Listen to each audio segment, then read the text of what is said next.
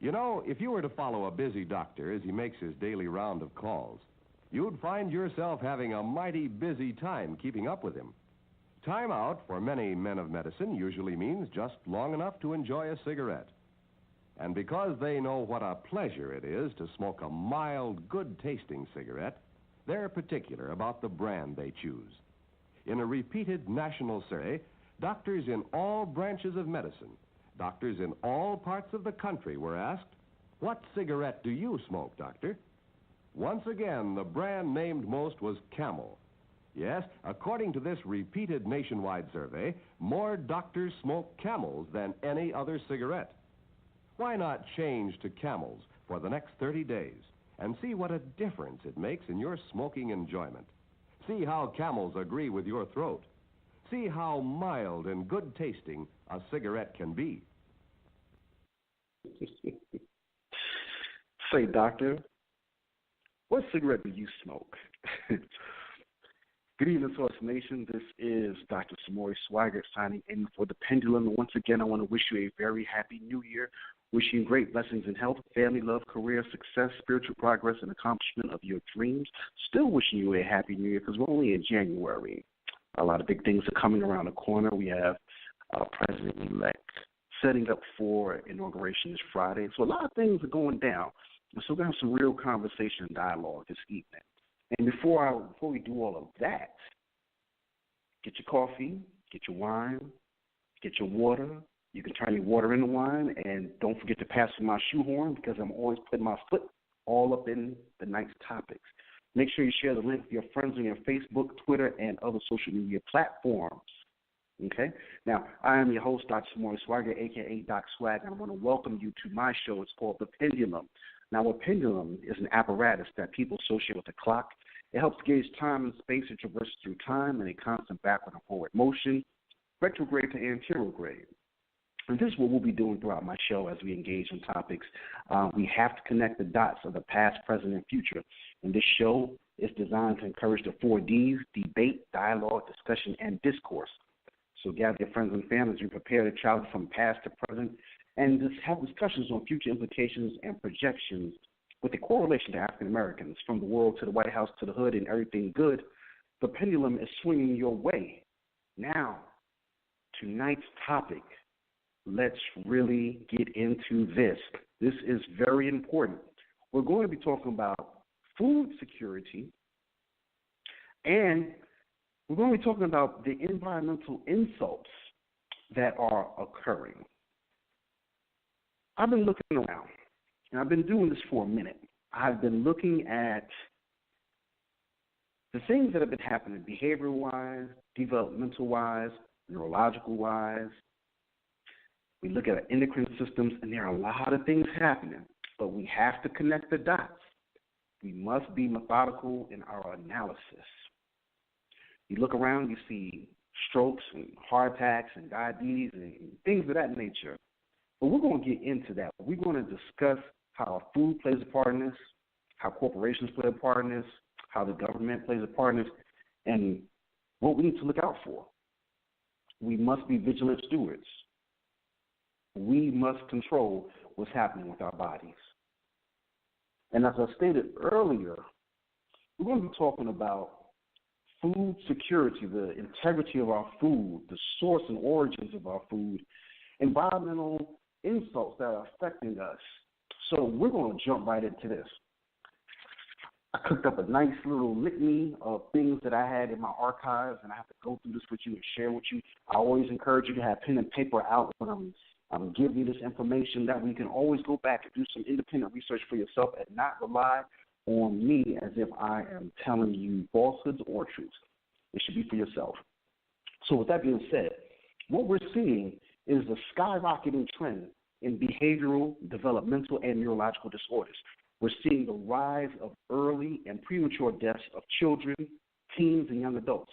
We see the rise in hypertension, high cholesterol, diabetes, asthma, strokes, heart attacks, COPD, also known as chronic obstructive pulmonary disease.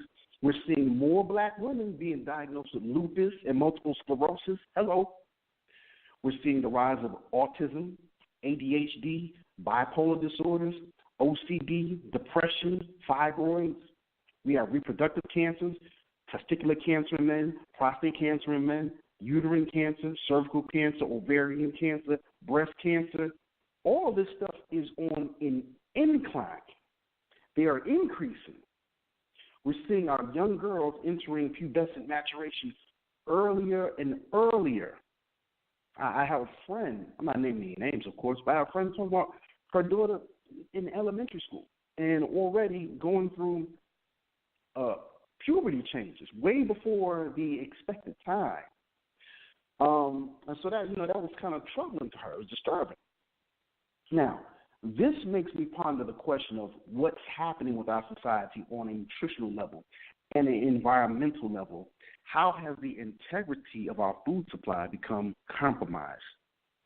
How have we as taxpaying citizens lost the autonomy and the right to choose, the right to know, the right to make informed decisions about what we consume and put in our bodies without corporate and government influence?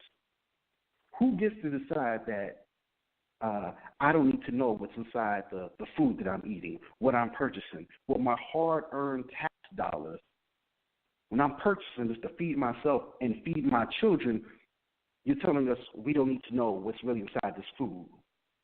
This unrequested censorship and commandeering of our food chain, it's steering us to early graves and into endless cycles of unnecessary medical care and unwanted insurance expenses.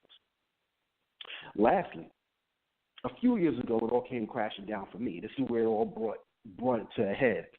I was at work and I was looking at patient medical profiles. Now, mind you, I am an ICU pharmacist. I'm a critical care pharmacist. I work in hospital. I see patients every day.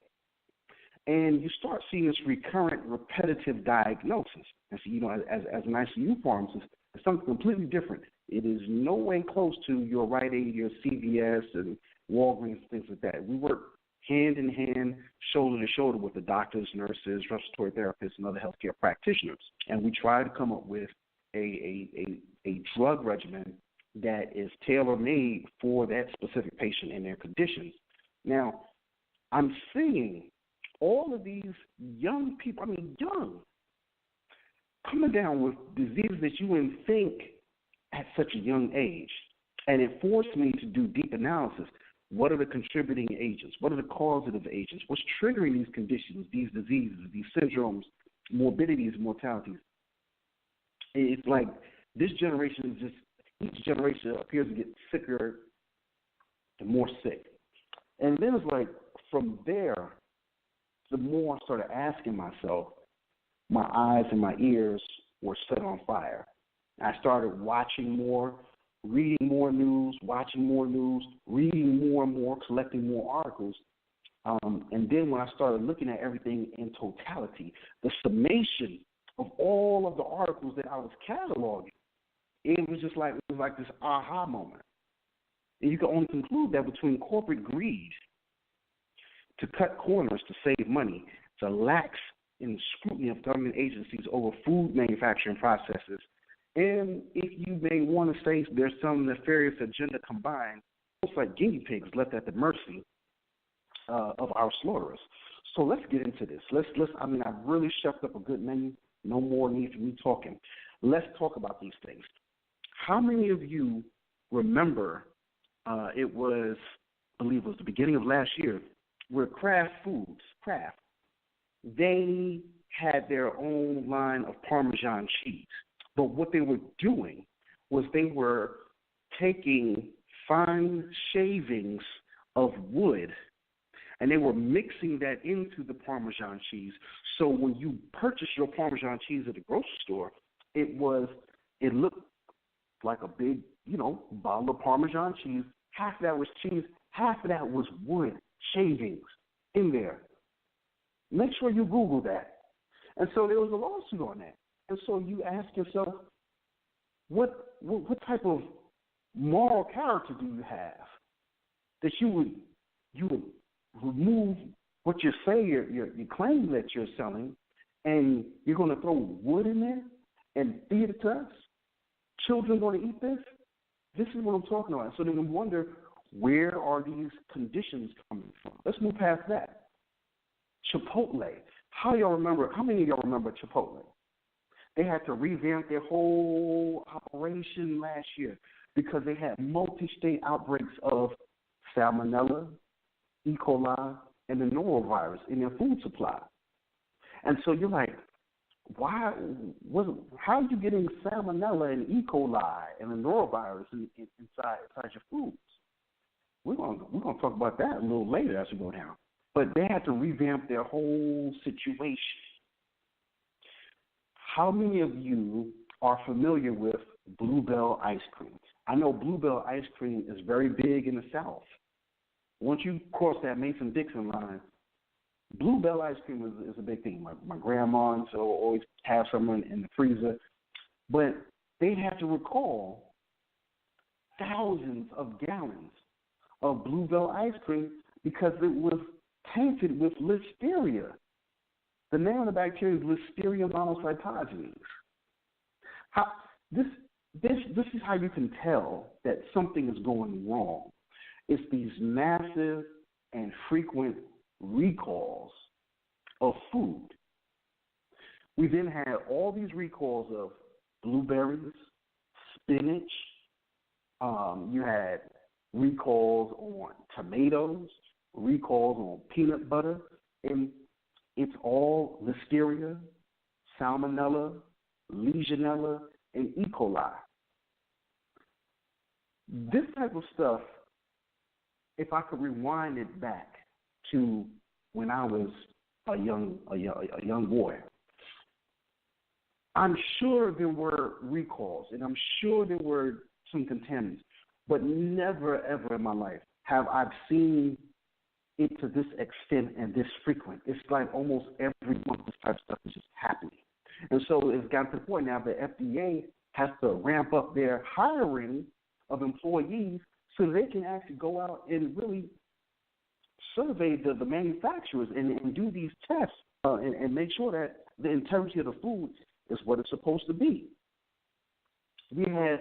Now, a lot of people are into the Mediterranean cuisine.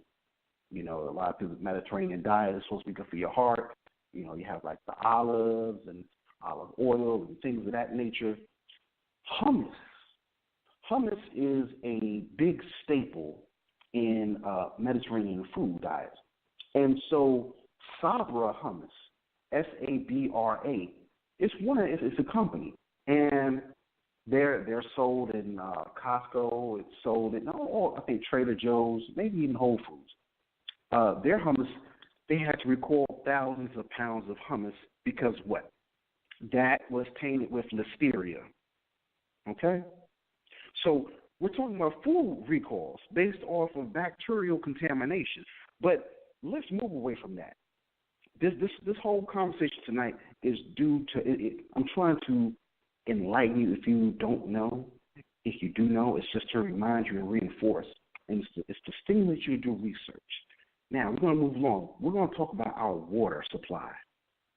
Last week I was talking about a guy by the name of T-Boone Pickens who owns his own water aquifer under his ranch. But I want to talk about water in another way because we're talking about what's happening to us nutritionally and environmentally. How many of you are familiar with the term or the phrase toilet to tap? Do you know that they're doing this now? When you go purchase water to drink, make sure that the bottle actually says spring water, and it tells you the spring that the water originates from. If it says drinking water, if it says purified water, you want to listen to what I'm about to tell you right now. So the New York Times had an article, and they were talking about what's called toilet to tap water.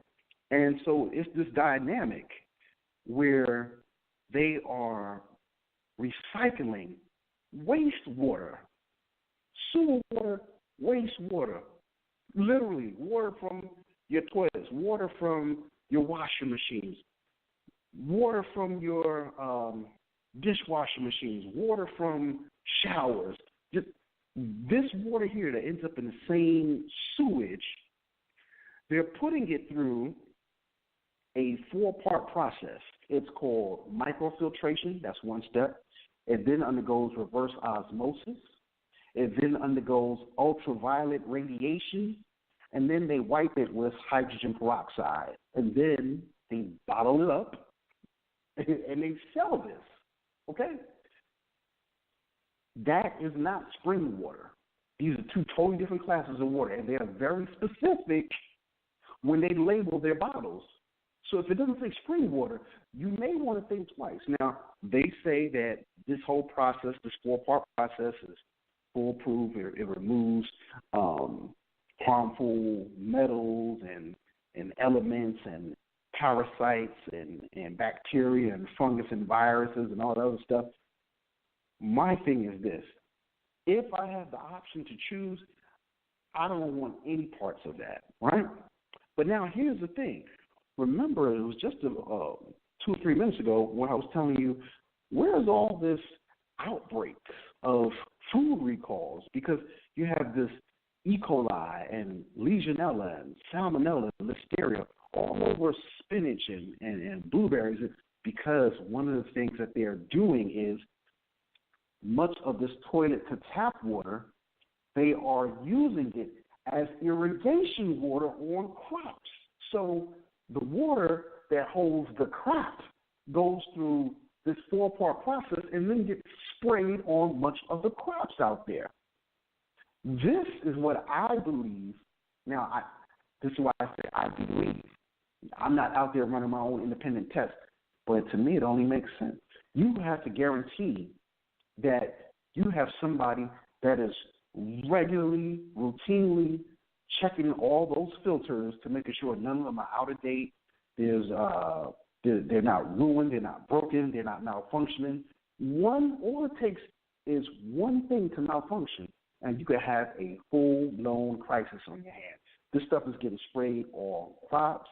It's going into the feed what the animals eat off of. So this is a whole big thing. Now, one thing that they do with the water is they do use it for, which I think is okay. They are using the water in like coolant systems. So, you may have like factories that have like big steam pipes or things of that nature. So they keep it in a concealed tube and it's cooled, and so they just use that as like a coolant fluid. And I'm like, okay, that's fine. But not to sell on the open market to drink. So make sure that you're drinking spring water, and you want to be careful and find out these farms that we're buying our produce from, what's their source of irrigation for the crops. Otherwise, this might just be what's causing a lot of these recalls. Moving along, you remember the pink slime. The pink slime was this whole big amalgamation of chemicals and ammoniated chemicals and nitrogen-based chemicals that they were spraying on this just synthetic mass, and they give it the color, and it's supposed to resemble fresh ground meat. And then it's the same thing that McDonald's and many of the fast food companies end up cooking. They freeze it, they put it in circular discs so that it looks like a 100% beef patty, and then they fry it up, cook it up, and they serve it to us. It has nothing to do with beef.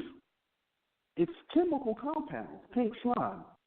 Make sure you look that up, right? Because we need to know if I'm thinking I'm eating meat and I'm not eating meat, what is this chemical compound doing to my body? Moving along.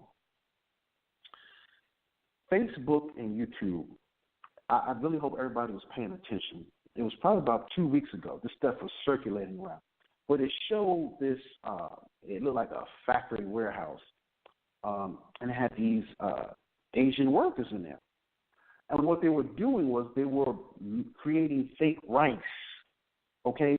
The rice was made out of plastic, and they showed you the whole process. They were taking sheets of plastic, they were throwing them into this grinder, and then they would be melted and go through all this processing, and then it comes out as these strings of plastic, and then it would go through this chopping process where it would have these micro breaks in these strings of plastic, and it resembled rice. It looks like your Uncle Ben's, your Vitaraz, your Mahatma, everything, your rights alone. What is this doing to our bodies? And how do you guarantee what you're purchasing is real rice or fake rice? The same way they're saying there's fake news, now we have fake rice. There was also fake cabbage. This was also circulating on YouTube and Facebook, where this Caribbean lady, she was cooking, and she was showing a relative that this was fake cabbage. She held the cabbage leaf to the flame, and the cabbage didn't even wilt. Wilt. It didn't even wilt or shrivel or anything like that. Then when she went to try and tear it, it wouldn't even tear. Like, it was almost looking like she was trying to rip through a very tough, sturdy form of plastic. So what I'm saying is these type of things are entering into our food chain. We're buying this. We're not cognizant of what this stuff really is. When it breaks down in our bodies, what is it doing to our endocrine system? What is it doing to our reproductive system, our cardiovascular system, our blood, our circulatory system? What are the effects of this? Who's regulating this? Okay, let's move along. Now, arsenic, a very toxic compound, right? Arsenic, three things that we had to look at. CNN and USA Today covered this in 2015. They were saying how there's been an increase, and there's been proof that our wine, our rice, and our chicken have high levels of arsenic, unsafe levels. As a matter of fact, you can go to the March 2015 on CNN, March 2015 USA Today. Type in arsenic in wine, and your mind will be blown. Okay? Now, I just want to make sure that I remind everybody who's listening, we may have some new people that just signed in to the show. Right now, you're listening to The Pendulum. This is the name of the show, hosted by myself, Dr. Samori Swygert. So tonight we're discussing food security, food integrity in our environment. And what does this stuff having to do with our health? That's what we're talking about tonight on The Pendulum. Okay. Dude, listen to this. This is what MSN in 2015, they were talking about chickens with arsenic. They published an article detailing how the FDA said that over 70% of chickens sold in the U.S. contain arsenic because they're being pumped with a compound called roxarsone, which contains inorganic arsenic. And they pump these chickens with it because it makes the chicken look fresh and plump. This is on MSN. Over 70% of chicken have arsenic in there. So they're consciously doing this because they want it to look fresh and presentable at the expense of our health. So we have to be cognizant and aware. Now, let's move past all of this and let's get to some more stuff. Have you ever wondered, every time we turn around, there's some new disease popping up, right? So we had this H5N2, the avian bird flu. Right? Where's this coming from? And the H5N2 avian bird flu, it devastated and decimated the poultry industry. You had one Iowa farm that had to kill 5.3 million chickens. You hear me? 5.3 million chickens because of the avian bird flu. Then we had the porcine virus or the pig virus or the swine flu. All three, just nicknames for each other.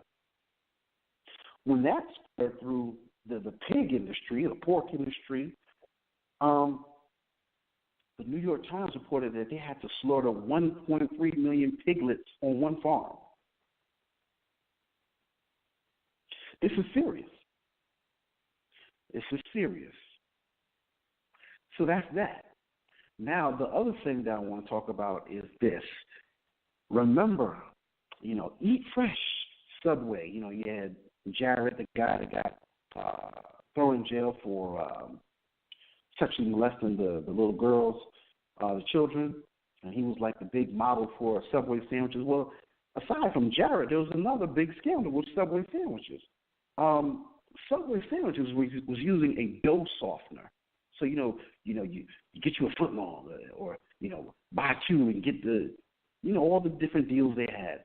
But to keep their dough soft, they were adding a compound called acetylcarbamide, and this is the main ingredient, the main substance that makes up yoga mats.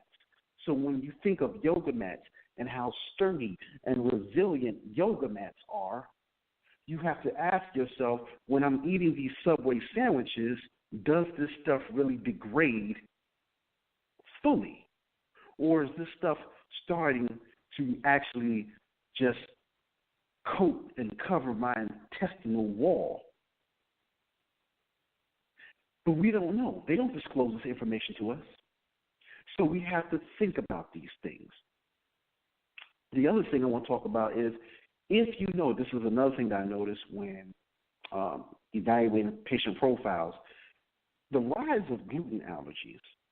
That's a big thing now. Everybody's like, oh, this is gluten-free and da-da-da-da, and no gluten. And, some people use it as a sales pitch, gluten-free.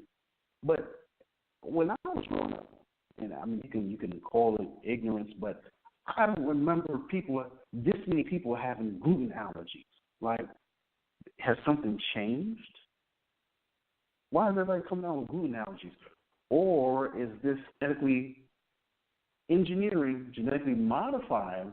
These are some of the fallouts, the repercussions. These are the results when you start tweaking the genes of wheat and fiber and grain. So, something to think about. Now, the other thing I want to talk about is this. UC Berkeley scientist Tyrone Hayes. Now, many of you probably heard about this. Tyrone Hayes, right? He was a UC Berkeley scientist, and he exposed that the main ingredient in the weed killer called Roundup was a component called atrazine. And atrazine, he said, was turning male frogs. It was feminizing male frogs. They were developing female genitalia and female characteristics. When he went to blow the whistle, they terminated his contract. They tried to scandalize him. They tried to just run his whole career and railroad him off. But this is serious business, because you think about this. They're spraying this stuff around the crops to kill the weeds that won't interfere with the crops. You're spraying this stuff on the grass. You have little kids out there playing in the grass, and you go to your grandparents' house, you go to the backyard, and you're playing in the grass. What is this doing to our children's endocrine system? When we eat this stuff, what is it doing to our bodies? And as I said earlier, when I mentioned the number of cancers from uterine, the cervical, the ovarian, to breast, you have to start thinking there's other things at play. Now, I also want to talk about this very serious thing that a lot of people don't know. The New York Times, they put an article out about 3 years ago, and they were talking about how the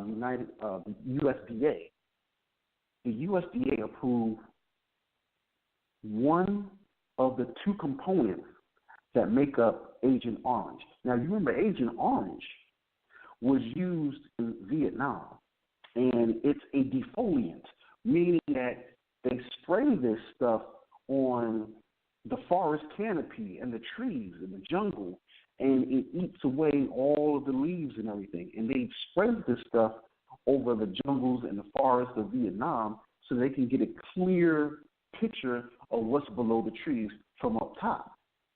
And at the same time, it damaged their crops so that, if you don't have a good food supply, then you don't have healthy soldiers. And if you don't have healthy soldiers, then basically you've lost the war.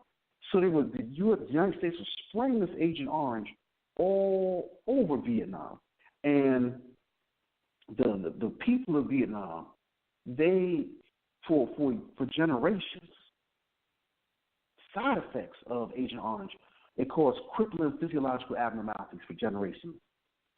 And so the USDA said, okay, well, we're not going to approve the use of Agent Orange, but we're going to approve the use of one of the two components, because Agent Orange is made up of two molecules.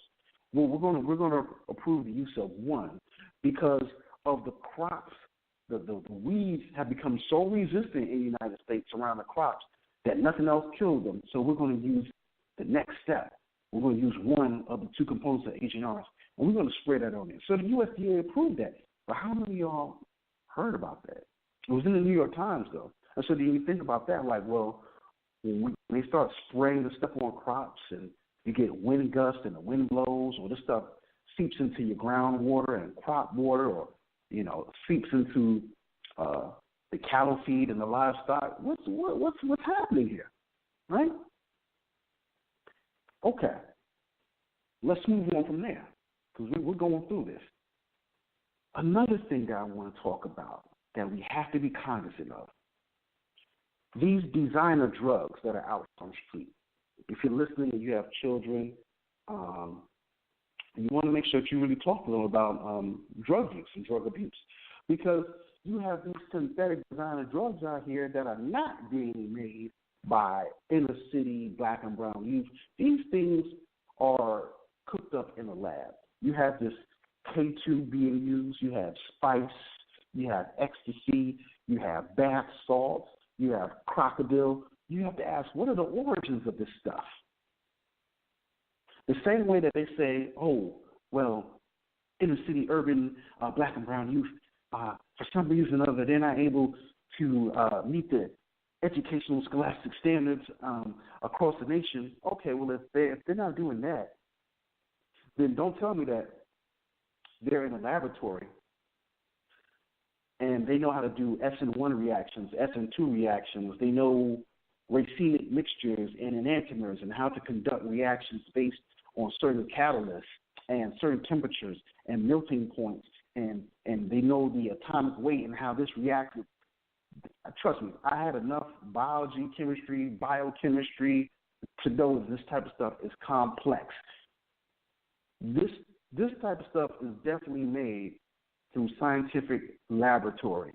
I don't know if these are drugs that failed FDA approval and they are being sold on the black market to recoup the money lost, the millions of dollars lost in research and development. But this type of stuff is not.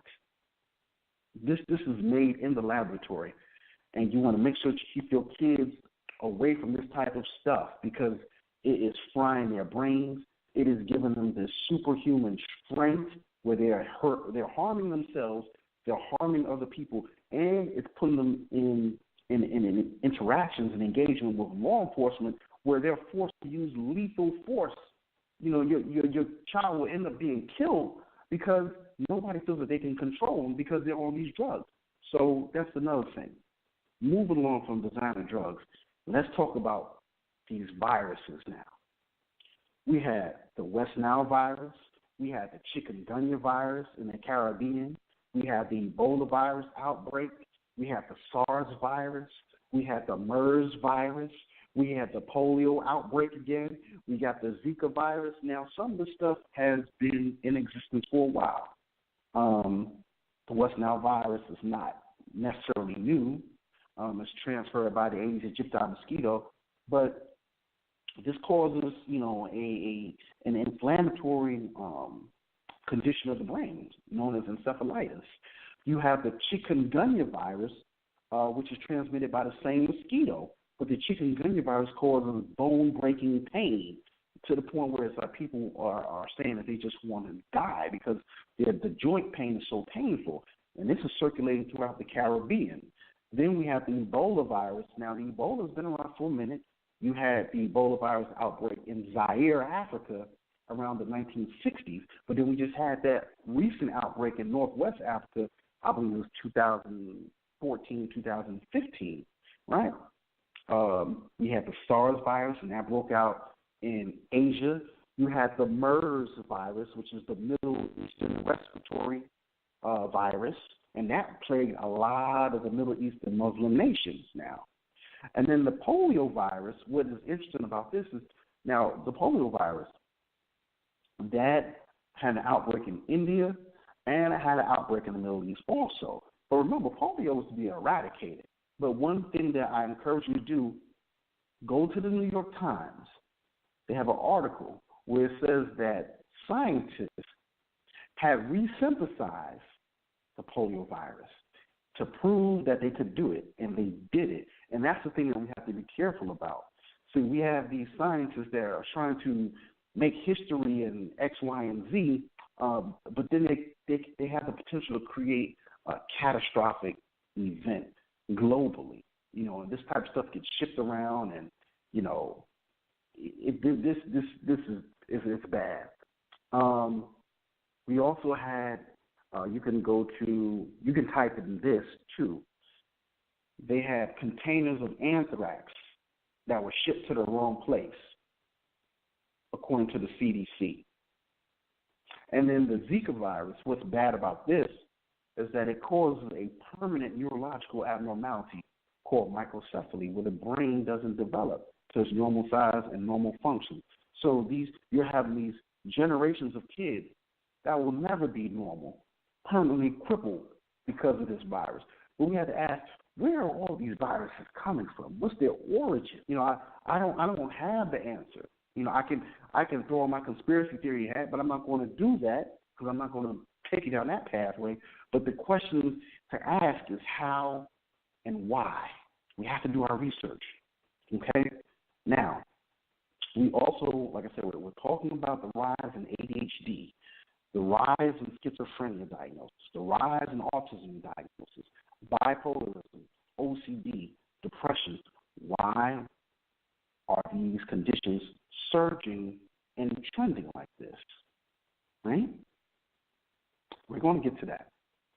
We talked about the rise in cervical cancer, prostate cancer, uterine cancer, ovarian cancer, thyroid cancer. We even have to think about our women that can't even bring babies to full term. A lot is going down in our neighborhoods, and we have to pay attention. They're the cattle and the livestock.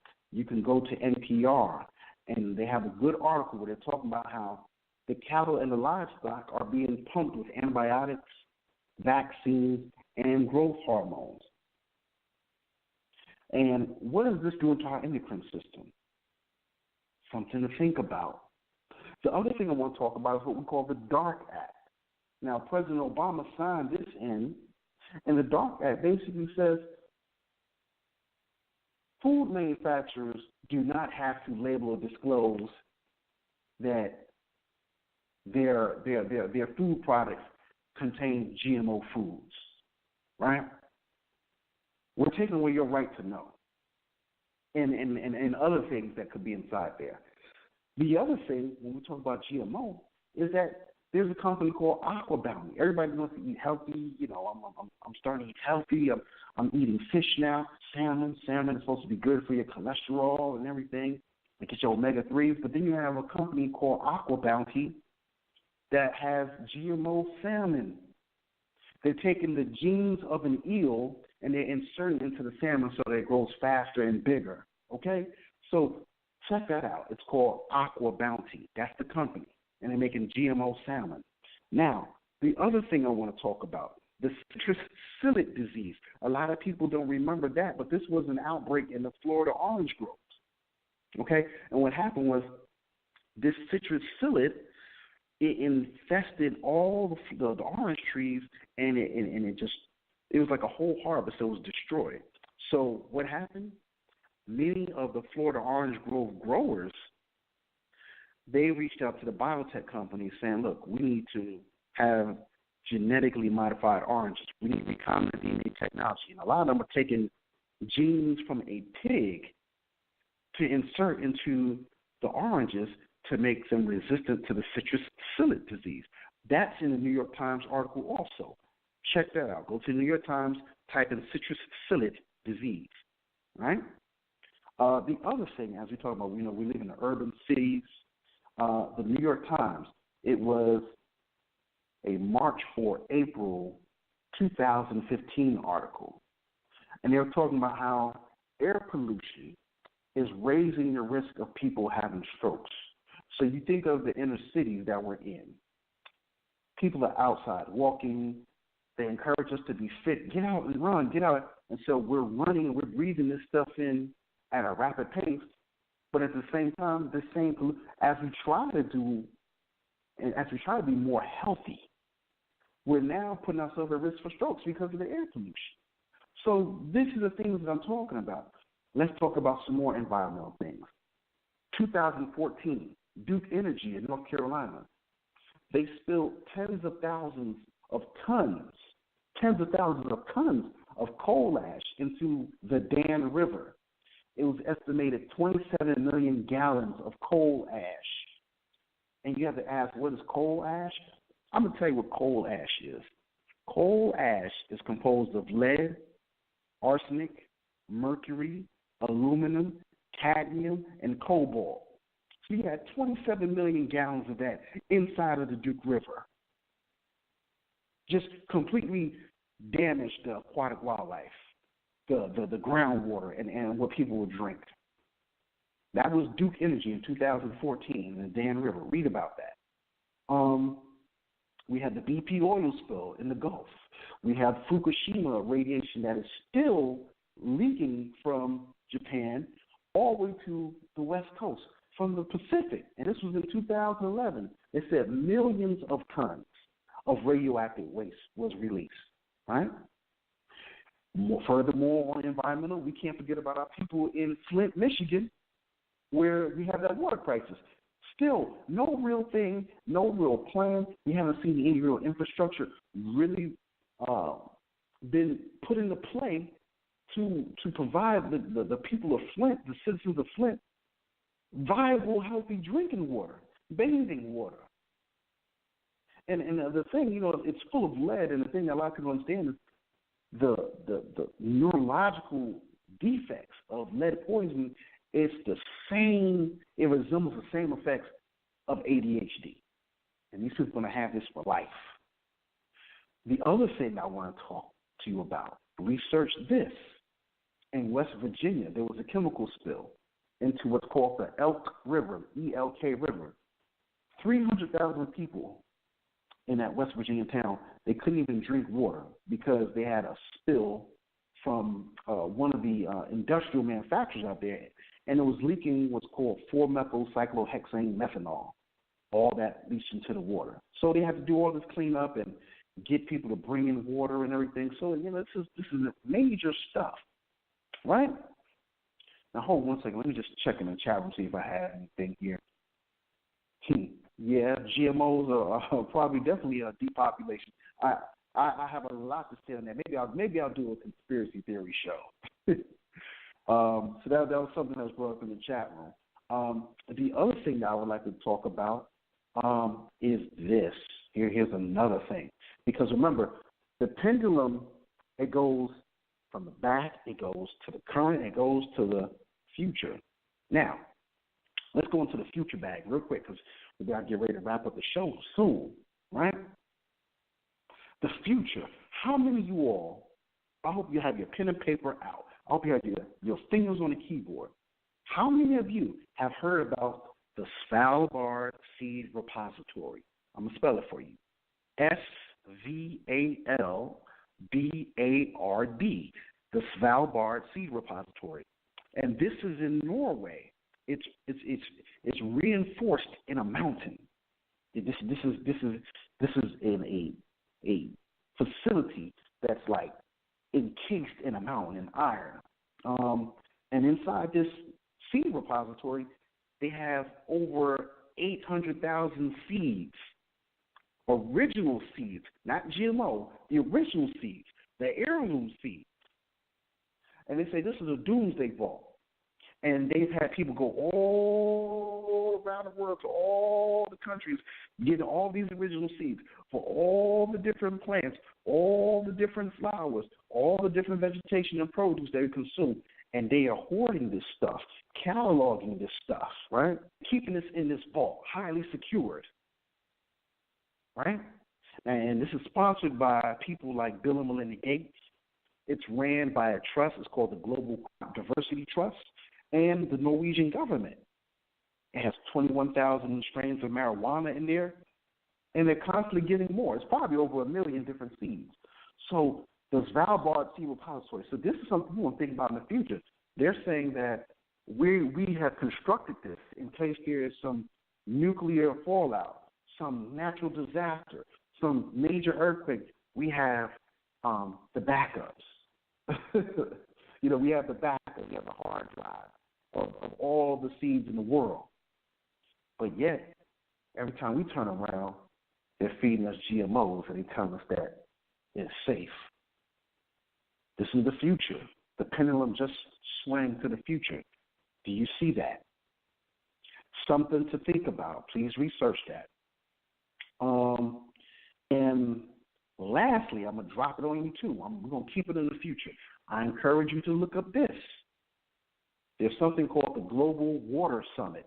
Do you know what the Global Water Summit is? The Global Water Summit is where you have these big wigs all around the globe, and they plot and plan on how to sell water, how to control water, everything.